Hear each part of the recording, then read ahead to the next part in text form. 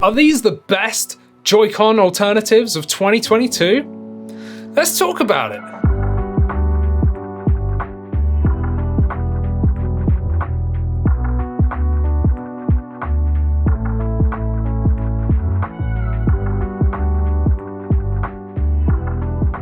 Welcome back to 128KB. My name's Andy, and if you're new to the channel, go down there, hit that like and subscribe, and share this video if you think it's gonna help anyone out that you might know, because it really helps us out. It really does. It's 2022, and I think I may have found a Joy-Con killer. So let's kind of get into it. So our last video, if you haven't seen that, was kind of like part one, which was an unboxing and first impressions look at the BinBok Slim Discovery Transparent Edition Joy-Con alternatives, which I've purchased myself. So this is not in any way sponsored. I did not receive them for free. I paid my own money for these. So all of my opinions are purely my own. So last year, 2021, saw some big YouTubers find these BinBok controller Joy-Con alternatives, and people seem to love them. They were quite big and bulky, kind of like the Hori split pad Pros, which, by the way, I'm going to be doing another video about these, comparing them to the Hori split pad Pros. So if you want to see that, go down there and subscribe. But anyway, those YouTubers really liked these as an alternative. But now there's a new version, which is the slim version, which basically makes them a bit more like similar sized to the official Joy-Cons. And that's what we're going to be talking about today. So these are pretty much a direct rip-off of the official Joy-Cons. They have gyro, they have 6-axis gyro, they have rumble, so there's, I think, 4 different settings of rumble as well. They have internal batteries, so they have like, you can play them wirelessly. They're not just only used when they're attached to the Switch, you can play them wirelessly. Oh, they've got LEDs as well, they do have LEDs. Okay, so the first thing we're gonna talk about is price. So the official Joy-Cons, well, they're like, here in the UK, they're £70. Full price, they're £70, $69.99. These cost me £40, including shipping, with no import fees whatsoever. So almost 50% off, almost. But are they actually any good? I've been using them now for, what, about a week and a half-ish?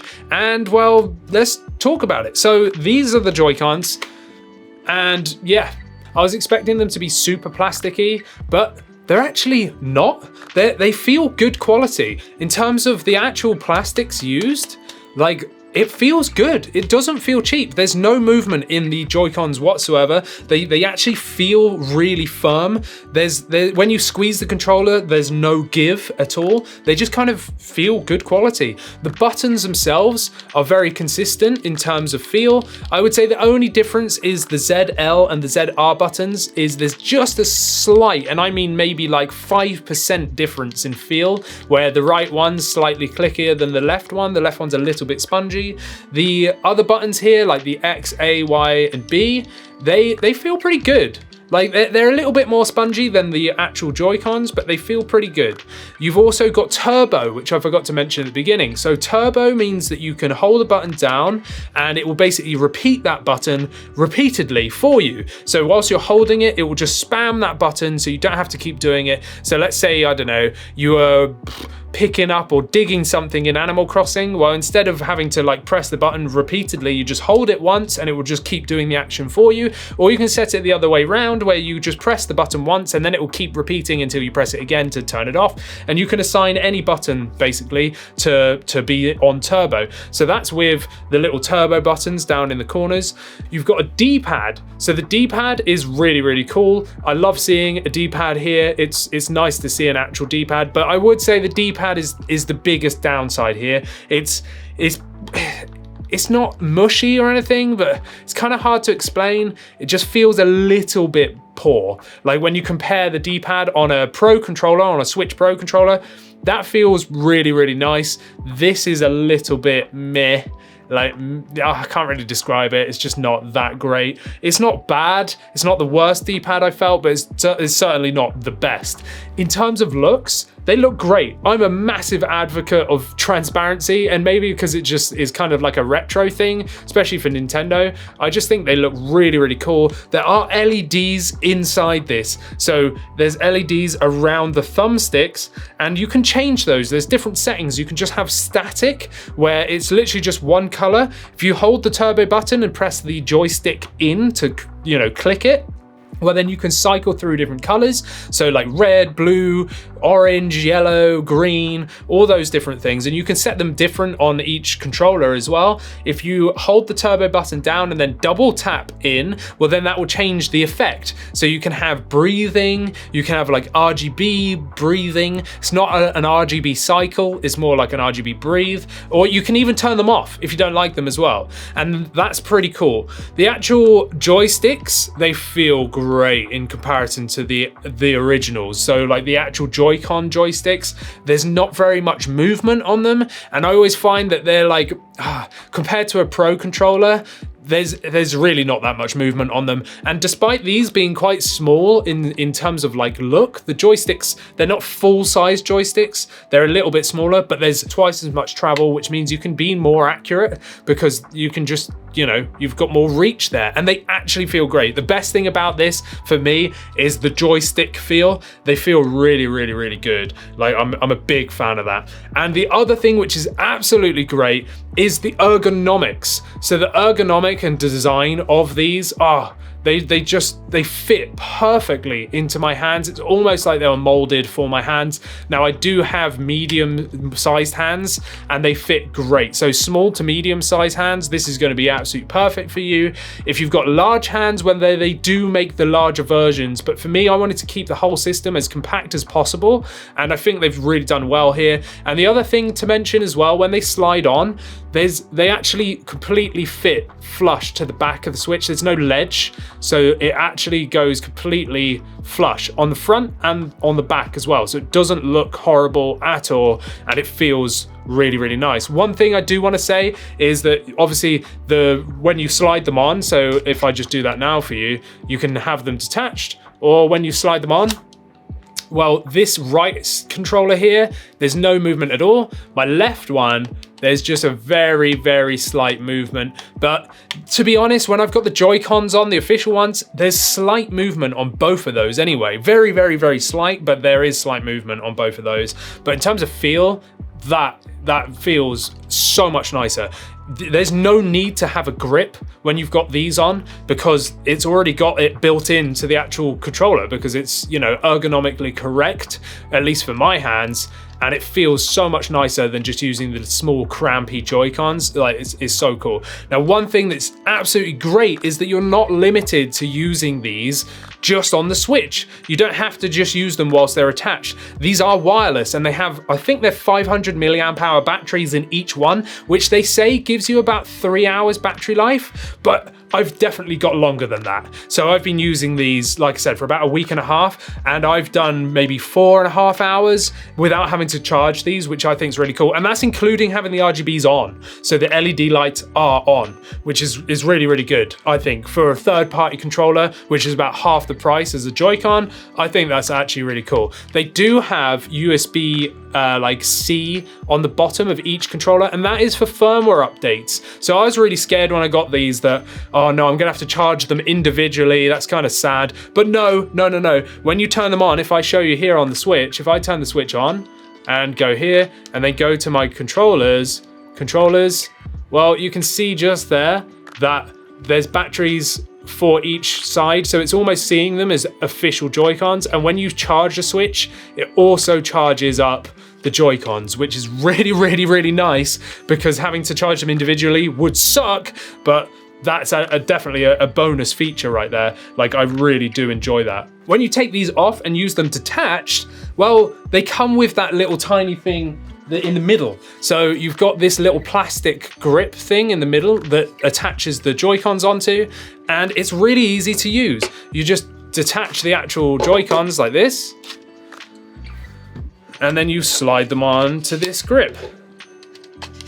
And it feels great because it's ergonomic. So you've got that ergonomic grip just there, and it makes playing games much nicer. I mean, To be fair, with the Joy-Cons, you get the included Joy-Con grip with the Switch anyway, and that makes it a little bit more ergonomic because it's got those flared side out bits, but this is just all in one. That's all you need, and it works really, really nicely. And you're not just limited to using them like this either. You can actually use them as each individual Joy-Con, just like the original Switch, because they do have these shoulder buttons as well. So you've got shoulder buttons on the side, so someone can play with just one controller or the other. So you can still do 2-player with just one set. They have gyro as well. So I tested this out with Skyward Sword because, well, Zelda Skyward Sword is like fully motion controlled. It's designed to be motion controlled. And I was thinking, right, these are too good to be true right now. Maybe they're gonna suck in terms of gyro. No, they're super responsive. They are actually really, really good. Playing Skyward Sword, because obviously you've got to move your hands when you're, you know, fighting, and you've got to block. I was thinking, oh, is there going to be a delay? Is it going to be slow? Are they not going to be responsive? That's not the case at all. As you're probably seeing right now, they actually feel great. They work fantastically. I played this for a good maybe hour using these, and well, I had no problems whatsoever with the gyro. So I think that's actually really cool. They don't have NFC, so you can't use your amiibos on them. It's kind of a sad, and you don't have that like IR scanner thing or whatever it is on the right Joy-Con. You don't have that either. So there's two sort of negatives there, but it comes with everything else. And you have rumble. Like I said, it's not HD rumble like the Joy-Cons. There's no HD rumble, but there is rumble, and it is quite nice having rumble because, like the Hori Split Pad Pro, which we will be doing a comparison video on, by the way, if you haven't seen the start of this video, then you know, those don't have rumble or anything else. But this having a rumble, really nice. And you can adjust the rumble by pressing and holding the turbo and then moving the joystick up or down, and that increases it. I think you've got 0%, 25%, 50%, maybe 100. There might be 5 settings. I might be wrong there. I've got a feeling it's 4, but yeah, there's different rumble settings, which is really cool. I kept them on about 50%. Otherwise, they're quite noisy. So that's one thing I would say. If you've got the volume turned off on your Switch and you've got these at 100% rumble, you're gonna hear it. You can hear like the at 50%, not as much, it's not as noticeable. And if you've got any kind of volume on your Switch, you're not gonna hear it at all, especially if you've got the Switch on full volume, you're not gonna hear it. To be fair, I can kind of live with that. I'd rather have rumble that's slightly noisy than no rumble at all. But yeah, so that's those, you know, that's the rumble feature. It's cool. Again, the buttons, they're fine. The buttons are absolutely fine. There is slight inconsistent feel between them, but overall, I actually really, really like these. So playing them in handheld mode, fantastic, because it basically stops you needing a grip. So there's no point of needing a grip. You don't need it because these are ergonomic. Even playing motion controls, I didn't even bother with the wrist strap because they're so ergonomically, like, you get a good grip. There's no, you know, I had no issue like worrying about throwing the controller anywhere. If you were worried, well, then the standard Switch ones can just slide on these, you know, the little wrist strap things, because you've got the standard, you know, rails on either side. So that's pretty cool. It's a good feature. So playing them handheld, great. Playing them motion controlled on each, great. Playing them attached to the actual like little middle centerpiece, absolutely great as well. I mean, I can't really find anything to fault with these. And again, like I said, I bought these with my own money, so I'm going to be critical. And yeah, I mean, the worst thing about them is the D-pad. The D-pad is not great, but I'm still glad there is a D-pad, and yeah, it's usable. But in terms of design and looks, I love the RGBs. I love the fact that you can turn them off, which is definitely going to give you more battery life. I love the design in terms of the transparency. I really like transparency. I really, really like it. I think it makes the Switch look really, really cool. I can't really say anything negative about these. If these were the same price as Joy-Cons, well, then maybe I would be a bit like, meh, the quality and everything should be higher. But these are almost 50% less. They're 50% cheaper almost than the official Joy-Cons.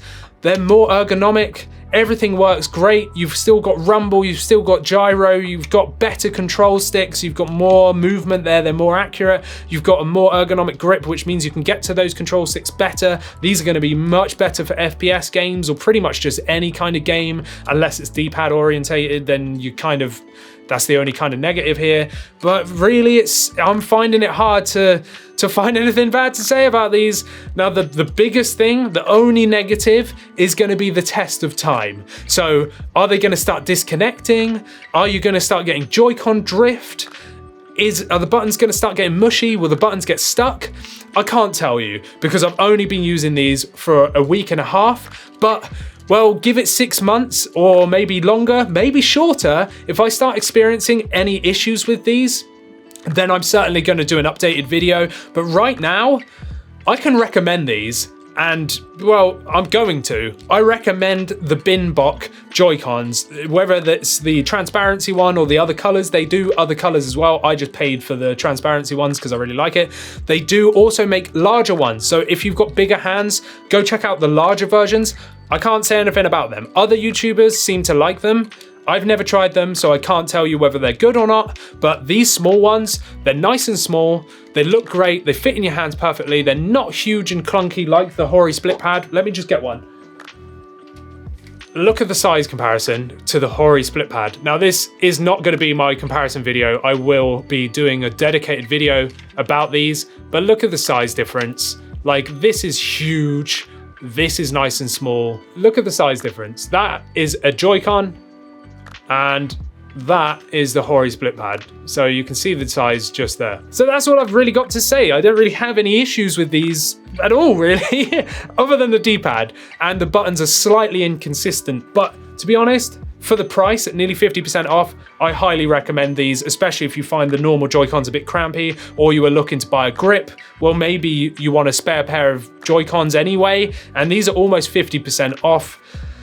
So yeah, that's the BinBok Slim Transparent Discovery Edition Joy-Cons. Let me know what you think down in the comments. Are you looking at Joy-Con alternatives? Do you want to get some yourself, or are you looking at something else? Let me know down in the comments. And do you like the look of these? Do you like the transparency like I do? Anyway, I hope you've enjoyed this video. Go check out our website, 128kb.co.uk. I'm Andy. This is 128kb. I'll see you in the next one. Thanks for watching.